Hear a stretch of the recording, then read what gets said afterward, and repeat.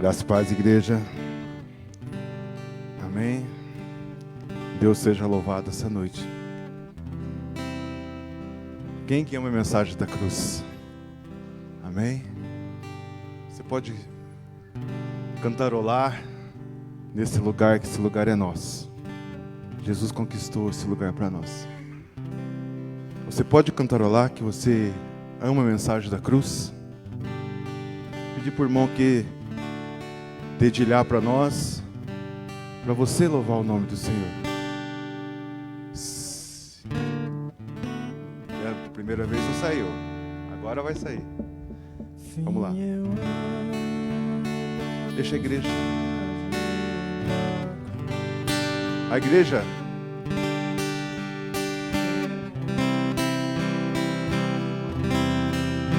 Mais alto. Aleluia. Que possa chegar ao céu esse louvor, essa confirmação que você ama a mensagem da cruz e você vai trocar o que você vive aqui com uma coroa lá no céu. Palavras fortes, palavras de autoridade, vivendo um verdadeiro evangelho. Um verdadeiro evangelho de poder, proclamando sem medo, sem constrangimento, a verdade da cruz na sua casa, na sua vida, na sua família, no seu dia a dia, até que por uma coroa trocar. Aleluia. Sim, Senhor. Nós amamos a Tua palavra, amamos, Senhor Deus, ó Pai, estar aqui na Sua presença. Amamos, Senhor Deus, ó Pai, o Seu Evangelho. Amamos, Senhor Deus, ó Pai, estar na Sua presença. Amamos, Senhor Deus, ó Pai, sentir a Sua virtude sobre nossas vidas. Amamos, Senhor Deus, ó Pai, a oportunidade, Senhor Deus, ó Pai, de estar louvando, engrandecendo o Seu nome, Senhor Deus. Fala conosco essa noite, Pai. Fala com a Sua igreja, Senhor Deus, ó Pai. Não aquilo que nós queremos ouvir, mas aquilo que o Senhor quer, Senhor Deus, ó Pai. Que a igreja, Senhor Deus, ó Pai, esteja no Seu caminho, Senhor Deus, na Sua presença, em nome de Jesus. Amém, igreja? Amém. O Senhor colocou no meu coração essa noite de estarmos falando. Graças a Deus que nós estamos aqui como pastor auxiliar, então nós temos a oportunidade de pregar alguns temas específicos. O pastor principal, ele prega o cajado, a verdade, prega a destinação nossa para o céu. Mas quando nós temos a oportunidade de uma vez por mês estar levantando e vindo aqui à frente para trazer uma palavra, nós temos a oportunidade de falar uma mensagem do nosso cotidiano na hora, uma mensagem do que nós estamos vivendo no dia, uma mensagem temática, para que o Senhor possa falar com a igreja. E nada mais justo de nós falarmos hoje da Semana Santa, nada mais justo de nós falarmos do sacrifício de Jesus na cruz, que hoje lá fora o mundo está preocupado com o ovo 23, 25, ovo 30, vamos fazer uma forminha, vai lá, comprar uma forma, faça aqui, faça ali, compre cedo, não esqueça de nada, que domingo tem que estar tudo pronto, para que uma forma tipológica, um coelho venha botar e apareça e iludindo nossas crianças. Pra falar a verdade, nós gostamos também de adoçar a boca. Mas qual a verdade em cima de todo esse misticismo que foi criado no paganismo? O que há de verdade na mensagem da cruz? O que há de mensagem do Velho Testamento que trouxe para o Novo Testamento para que nós possamos viver uma verdade, uma Páscoa verdadeira, uma situação de passagem, uma situação de saída da escravidão para uma vida de liberdade? Essa é verdadeira, essa é a verdade sobre Páscoa, a saída de uma escravidão, uma saída de tempos difíceis para dias de alegria. E nós podemos dizer que existe esse plano de Deus, através de todos os séculos, até chegar a Jesus. E Ele fazer a mesma passagem. Escolher morrer no dia de passagem, o dia da Páscoa, para relembrar a fuga do Egito, para uma verdade, vida em Deus. E nada mais justo nós estarmos falando nessa noite sobre esse tema tão específico, tão quantitativo na parte de consagração, na parte da herança que temos para a nossa vida. Porque um preço foi pago. Hoje, como nós sabemos,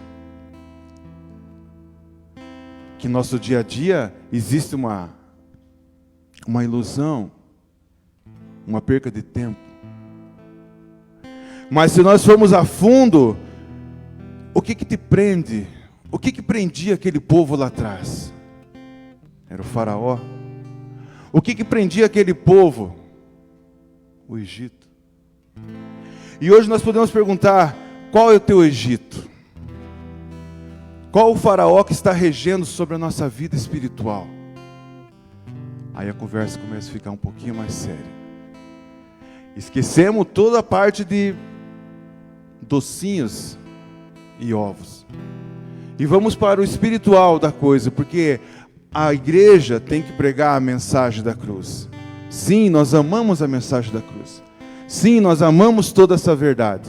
Sim, nós amamos viver a verdade. E nada mais justo do que pregar a verdade. Porque nós sabemos o que Deus fez. Ele estava fazendo e estava falando. Anota.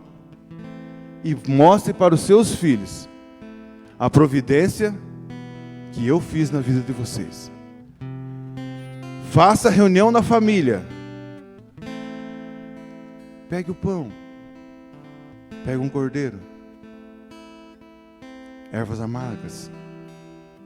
E relembre o meu livramento. Relembre tudo que eu fiz por vocês. Tirando do tempo de escravidão para o tempo da liberdade. Nós sabemos, irmãos, nós que estamos na casa do Senhor, nós sabemos o que é tempo de escravidão. Nós sabemos que nesse mundo nós não voltamos mais. Mas a intenção da igreja é viver a verdade, é pregar a verdade, é sentir a situação de você também poder, com uma mensagem evangelística, uma mensagem de verdade,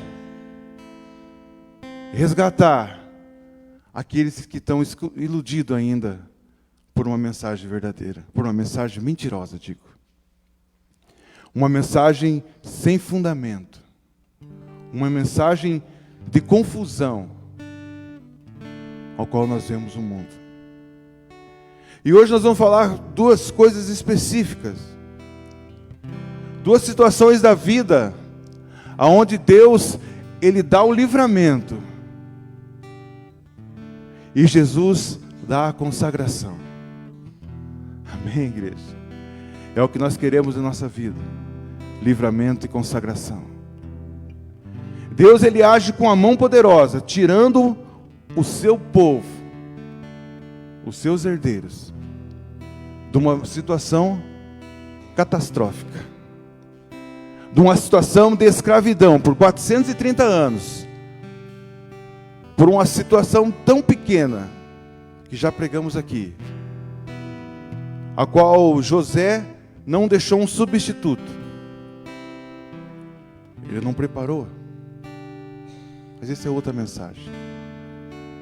Mas a situação de formar 70 pessoas, daquelas 70 pessoas que foram descendentes de José, que se uniram e foram aumentando a população, aumentando, até o povo do Egito começou a falar, nossa, mas como cresce esse povo? Ao ponto de formar uma multidão. Só que eles eram escravos. Uma multidão sem palavra. Uma multidão sem sua terra, uma multidão perdida, sem destino, a qual deu-se o tempo de Deus, e Deus falou, eu vou libertar o meu povo. Entrarei com a mão poderosa. E por uma situação de salvação, entrarei com vida nova para todos. Todos conhecem essa palavra, todos conhecem uma palavra que foi pregada muitas vezes, mas nós vemos algumas situações da providência de Deus na vida do povo, a qual nós podemos remeter no Novo Testamento a providência de Jesus na vida do povo. Daqui a pouco nós vamos estar alinhando, irmãos, num só entendimento. Todos os pregadores sabem que toda a introdução da palavra, ela tem até você achar o foco da mensagem, a qual todos vão entender aonde queremos chegar, é difícil. Mas a hora que o Espírito Santo falar, vai por aqui, e fala, entrega a mensagem que eu quero para o povo. Hoje nós estaremos falando sobre salvação, sobre o poder da palavra, sobre o poder de Deus, sobre avivamento no meio do povo. Que esse povo que era escravo, esse povo que estava cativo, eles tinham que passar por um avivamento. Assim como nós vemos que nós passamos por um avivamento e somos salvos. Esse povo ele foi salvo do livramento da mão de Deus. Jesus, ele salvou um povo porque ele se fez cordeiro. Aqui nós vemos aqui que quando o faraó, ele passou as suas provações com as 10 pragas do Egito, até que veio a mensagem que os primogênitos seriam mortos. E quando morreu seu filho, ele libertou o povo. Libertou, não, pode ir. Obrigado. Pode ir, estão libertos. Morreu um familiar meu, ele sentiu bastante. E ele libertou o povo. Só que essa promessa, o que seria? Quando Deus pediu para o povo se consagrar, que o povo seria a última ceia ali, eles teriam que imolar um carneiro, um cabrito, teria que passar o sangue pelos umbrais, e teria que comer ervas amargas, e também comer pão rasgos. E nós sabemos que todo esse símbolo de matar um cordeiro, um sacrifício, na vida espiritual, irmãos, esse cordeiro é Jesus.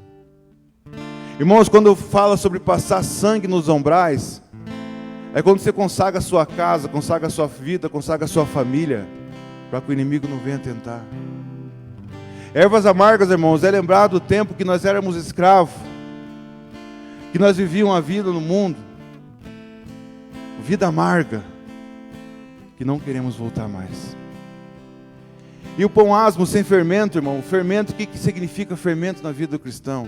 Aquilo que cresce, que embolora, é o pecado, ao qual nós não voltaremos mais. Amém?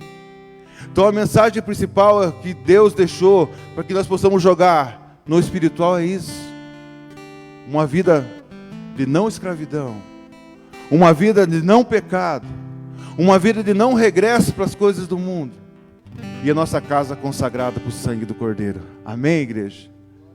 E quando nós vemos que Deus, Ele faz tudo isso, mostrando para o seu povo que Ele pode, que agindo Deus, quem vai impedir? Agindo Deus, Ele instituiu ali um grande líder. Ele mostrou ali que na sua liderança, onde Moisés veio fazendo todos os passos que Ele pediu para conduzir o povo, nós entramos no sobrenatural de Deus. Aqui nós vemos que quando Moisés, ele falou: o que eu faço? Vamos ler ali a palavra do Senhor, para que nós possamos ter um embasamento bíblico. A palavra do Senhor diz ali em Êxodo, mesmo sentado, 14. Êxodo 14, 13. Êxodo 14 e 13. Aqui nós vamos entrar direto na palavra no olho do furacão, onde nós vemos que o povo já saiu do Egito, o povo saiu pelo deserto, Deus não permitiu que eles passassem pelas terras dos filisteus, para que eles não ficassem com medo e recuassem para o Egito. Deus colocou eles na provisão aonde de frente ao mar. Não tinha saída do deserto para o mar. Deus não permitiu nenhum lugar que eles pudessem sair, a não ser que fosse pelas águas. E a palavra do Senhor diz ali, aonde diz ali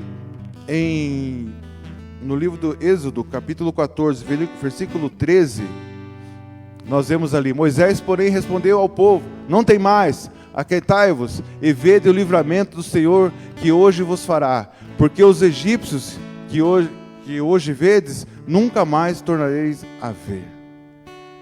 Continuando ali, o Senhor pelejará por vós, e vós vos calareis. O 15. Disse o Senhor a Moisés: por que clamas a mim? Diga aos filhos de Israel que marche. Amém, igreja?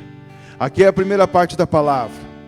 Aqui nós vemos aqui que quando Deus falou, diga ao povo que marche, o povo começou a entrar na água. E a palavra do Senhor, segundo o estudioso Flávio José, ele fala que o povo estava chegando na cintura e estava marchando. A água pelo peito e estava marchando. E quando a água estava pela garganta, pelo pescoço, aí eles começaram a clamar: Senhor, nós dependemos de Ti. E veio, irmãos, um vento do Oriente tão forte, que esse vento sobre as águas foi tão forte, que fez com que abrisse as águas. E aonde o povo estava entrando, diga o povo que marche, não recue, as águas abriram. Esse é o vento do avivamento. É no momento mais difícil, é no momento mais triste, é no momento de angústia, que o Senhor permite que as águas se abram. Que as águas se abram e a providência de Deus vem. Então hoje nós vamos estar falando sobre 2 tipos de ventos de avivamento que o cristão tem que ter. Esse é o primeiro vento. O vento que nós vemos que é o vento aonde sopra as águas, aonde traz a providência para a vida do cristão. Esse vento que nós vemos aqui, ele faz com que o povo reconsidere que Deus é Pai, que Deus nos ama. E ele traz ali, mostrando que é Deus, e ele sempre fala, como diz ali, se você ler esse texto no 13, capítulo 14, que eu estive lendo, ele sempre fala, e fala para os seus filhos, que eu sou o Deus que provê todas as coisas. E mostre para os seus filhos, em forma de uma festa, de uma família, uma festa familiar, onde você vai comer o pão, onde você vai comer o carneiro, você vai estar se alimentando e vai estar lembrando do grande livramento que eu trouxe sobre a vida. Irmãos, vocês podem ver aqui que é onde que Deus fala, quando Ele fala sobre preparar o carneiro, sobre preparar, imolar e preparar, nós vemos aqui que Ele fala sobre passar o sangue. Mas aqui, na tradição judaica, Ele fala para não comer a cabeça. Ele fala para não comer as pernas, os seus pés. Ele fala para não comer as fissuras, que são as miudezas. E o que nós vemos aqui, irmão? E ele fala também para não comer carne crua, mal preparada. Vemos aqui quando ele fala sobre não comer carne crua, carne mal cozida, carne mal preparada, ele fala sobre o tempo certo das coisas. Irmão, há tempo certo para nossas vidas. Há tempo certo para tudo. Não adianta você querer adiantar processos ou colocar tempo para Deus.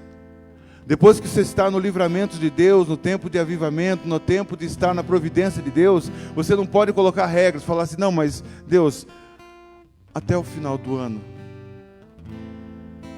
se você me abençoar, amém. Se você não abençoar, eu vou deixar de seguir. Você veja como essa oração chega arrogante para Deus, chega não em forma de bênção, chega numa forma provocativa. Então, quando aqui na tradição fala para não comer carne crua, mal cozida, mal preparada, isso fala sobre o tempo de Deus em nossas vidas. O tempo que passar para alcançar a bênção. Aqui fala para não comer a cabeça.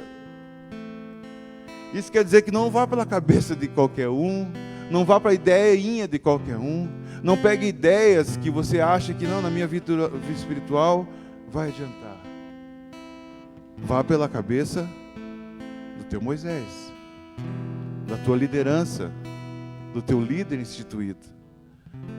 Não vá por ideinhas que façam que você recue no teu dia a dia. Se Deus instituiu uma liderança, Ele quer que você seja liderado por um grande líder, pelo cabeça. Que o cabeça segue também um grande líder, que é Jesus. Que segue o grande líder, que é Deus. Então, nós vemos aqui também os pés, também ele fala, não come os pés, aonde está o quê? Está a sujeira. Larga das coisas sujas. Fuja das coisas sujas.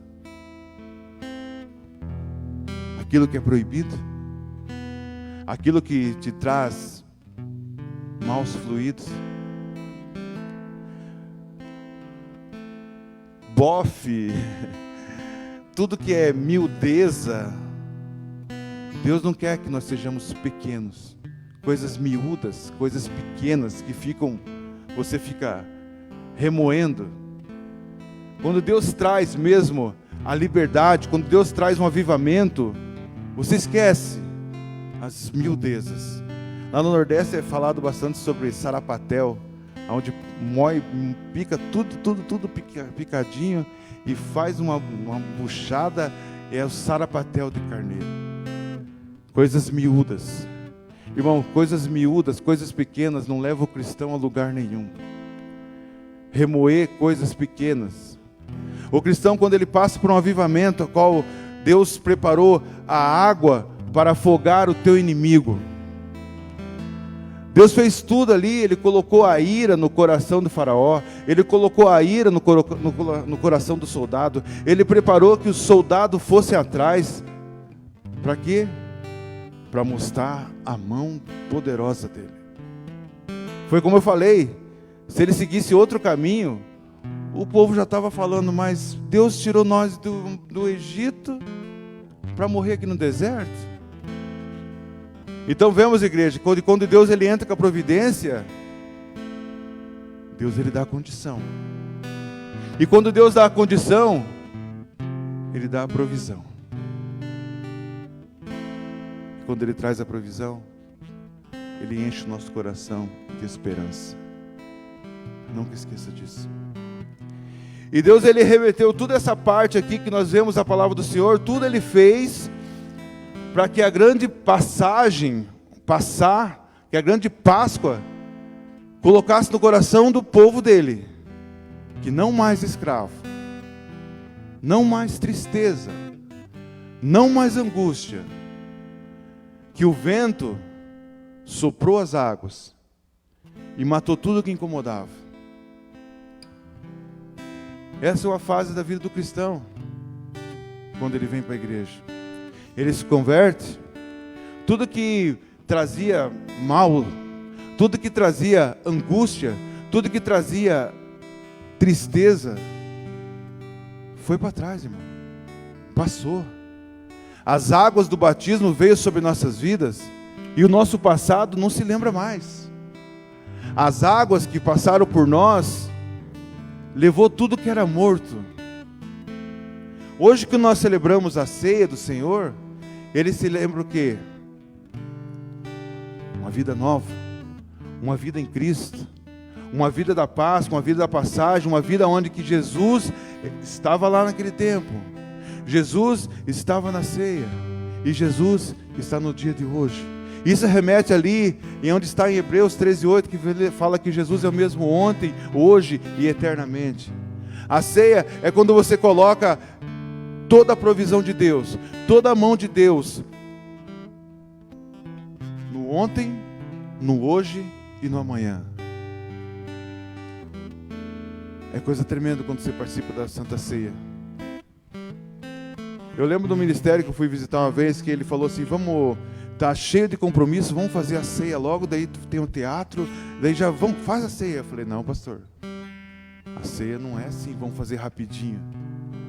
A ceia é santa.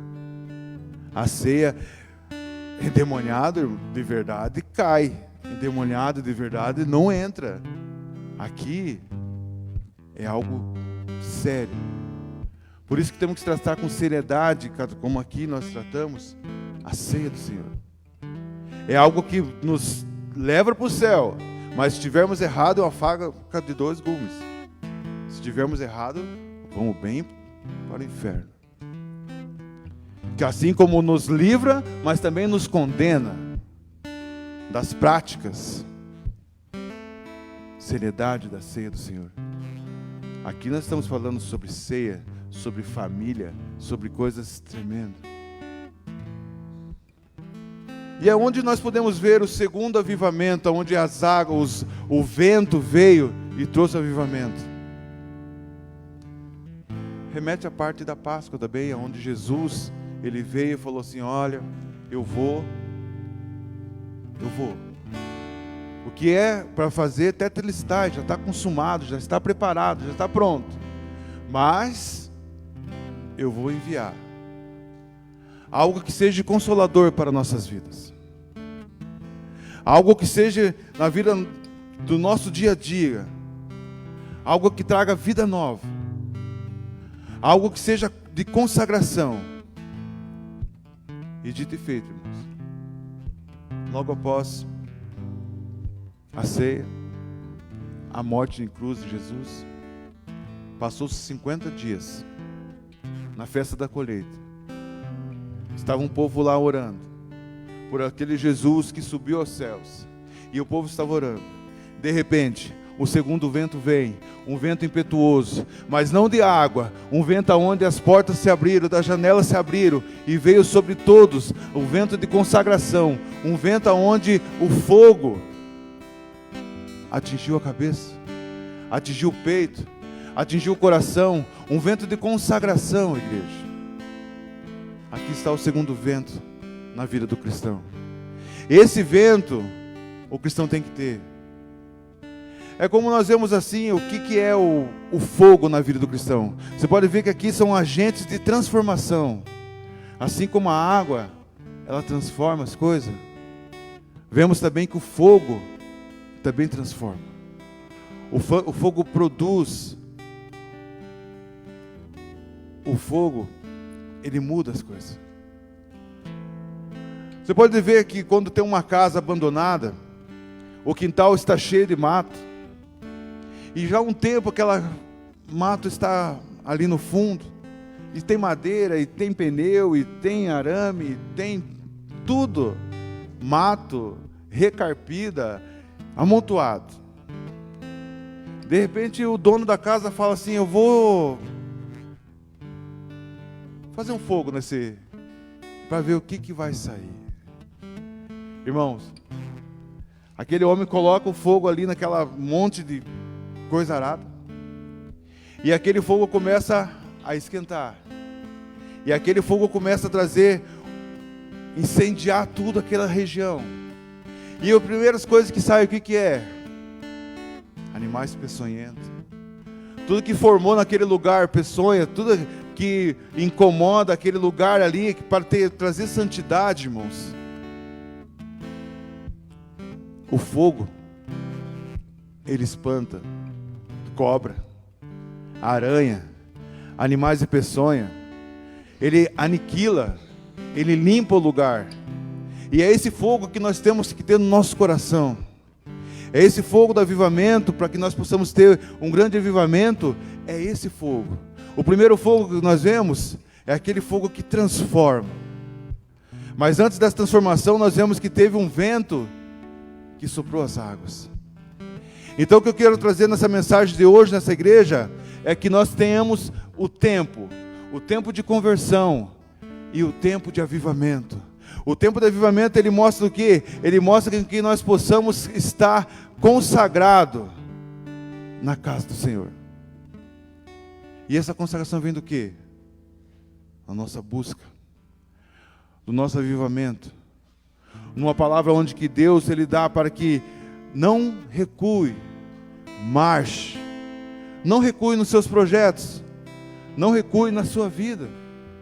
O que Deus falou lá atrás, diga ao povo que marche. Diga ao povo que vá à frente. Diga ao povo que ande nos meus caminhos. Que Deus é poderoso para fazer uma grande obra em nossas vidas. Eu vejo aqui, igreja, que tudo isso que Deus mostra aqui, desde o tempo da festa, desde o tempo de toda a promessa da terra prometida, nós vemos aquele tempo, era um propósito.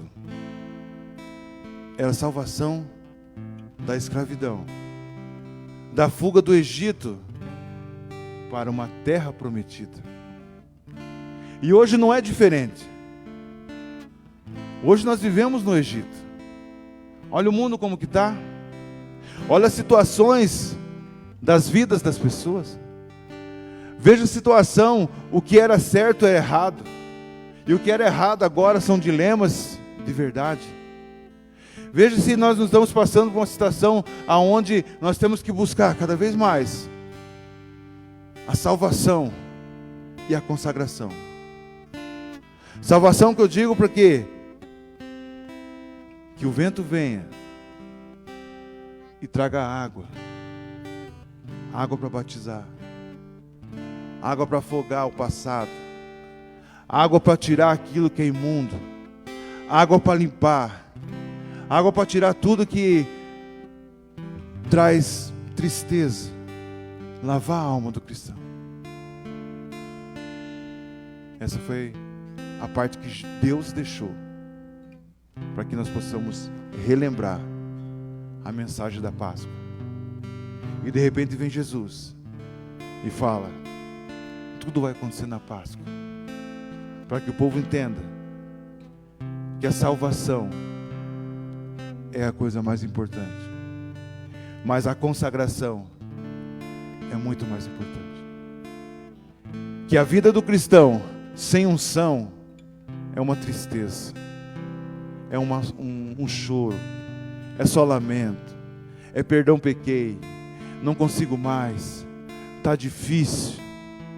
Mas a hora que nós reconhecemos e vemos que a nossa força vem de Deus, que Deus, Ele mandou o seu Filho para consagrar a nossa vida, para consagrar a nossa casa, para trazer uma vida nova, e Jesus mandou o Espírito Santo para trazer o fogo, para trazer o avivamento para a igreja, para a nossa vida, para a nossa casa, e fazer algo novo, algo diferente,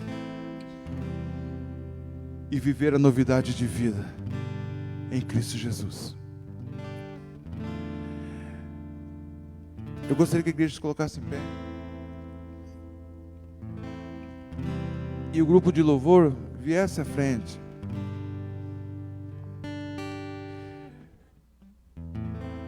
De todas as palavras que eu falei, Deus colocou no meu coração que há algo mais importante.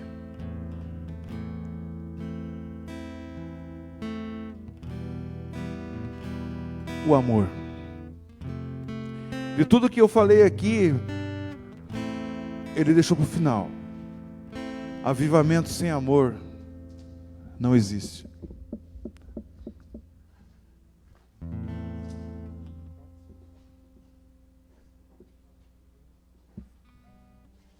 Eu vejo, igreja, que se Deus não amasse o povo dele, não existiria essa história tão linda, tão maravilhosa. Se Deus não amasse esse povo de uma forma tremenda, a qual Ele quis mostrar, de uma forma generosa, a bondade de Deus. Se você conseguir entender a bondade de Deus, precisava? Não precisava. Mas Deus me ama de uma forma incondicional. E Ele falou assim: anota aí, para que seus filhos vejam o que eu fiz no Egito.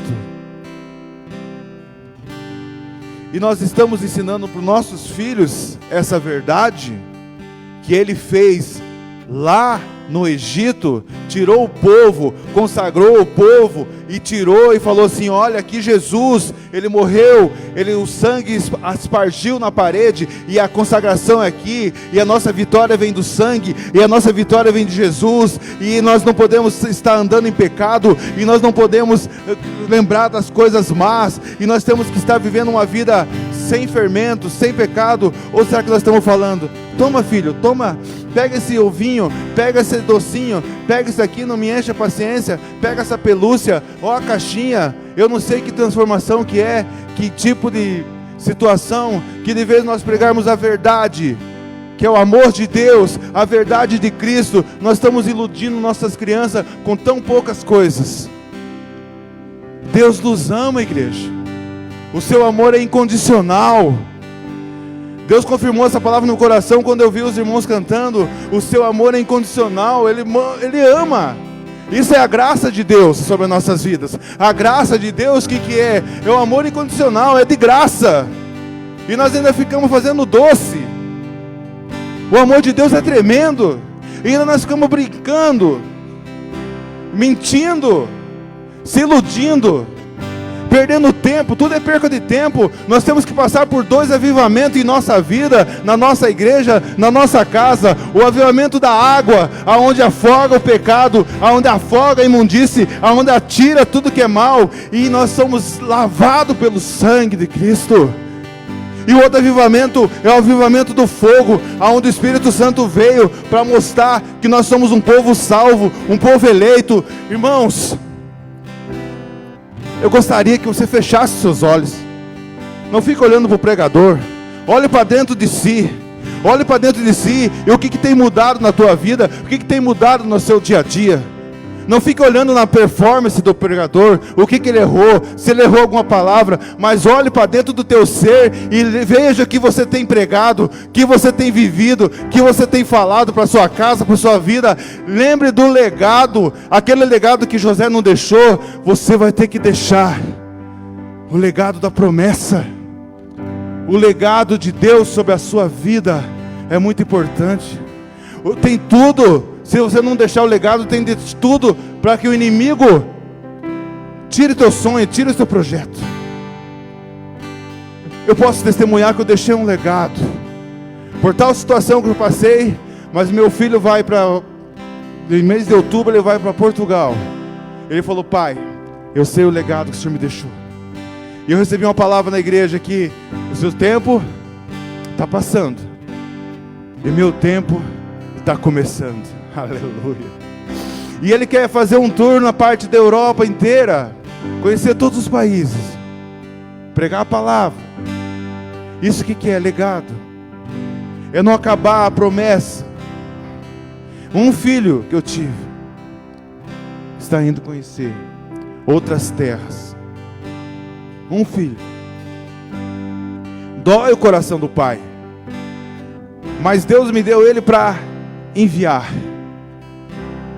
E eu consigo entender o coração de Deus quando Ele fala assim: oh, eu tenho meu filho unigênito, e você fica de mimimi, de conversa fiada, de que está difícil. Irmãos, Deus nos ama, o seu amor é incondicional. Deixa de ser frio, deixa o avivamento te pegar, deixa o vento de Deus entrar. Se você não gosta de água, vai para o fogo. Se você não gosta de fogo, se converta com as águas do batismo e receba a verdadeira palavra de Deus, uma palavra de avivamento. Pastor, eu vou fazer. Meu líder, eu estou junto contigo. Meu líder, nós vamos estar seguindo. Oh Pai, poderoso Deus, Eu quero, Senhor Deus, esse avivamento. Eu quero essa palavra de bênção. Senhor Deus, ó Pai, eu quero essa passagem. Eu quero sair dessa vida velha para essa vida nova. Eu quero passar por essa vida de lamúria, de tristeza, por uma vida de alegria, uma vida de avivamento pela sua palavra, porque Deus me ama de uma forma incondicional. Eu não mereço tudo que eu tenho. Graça é isso. Graça é isso.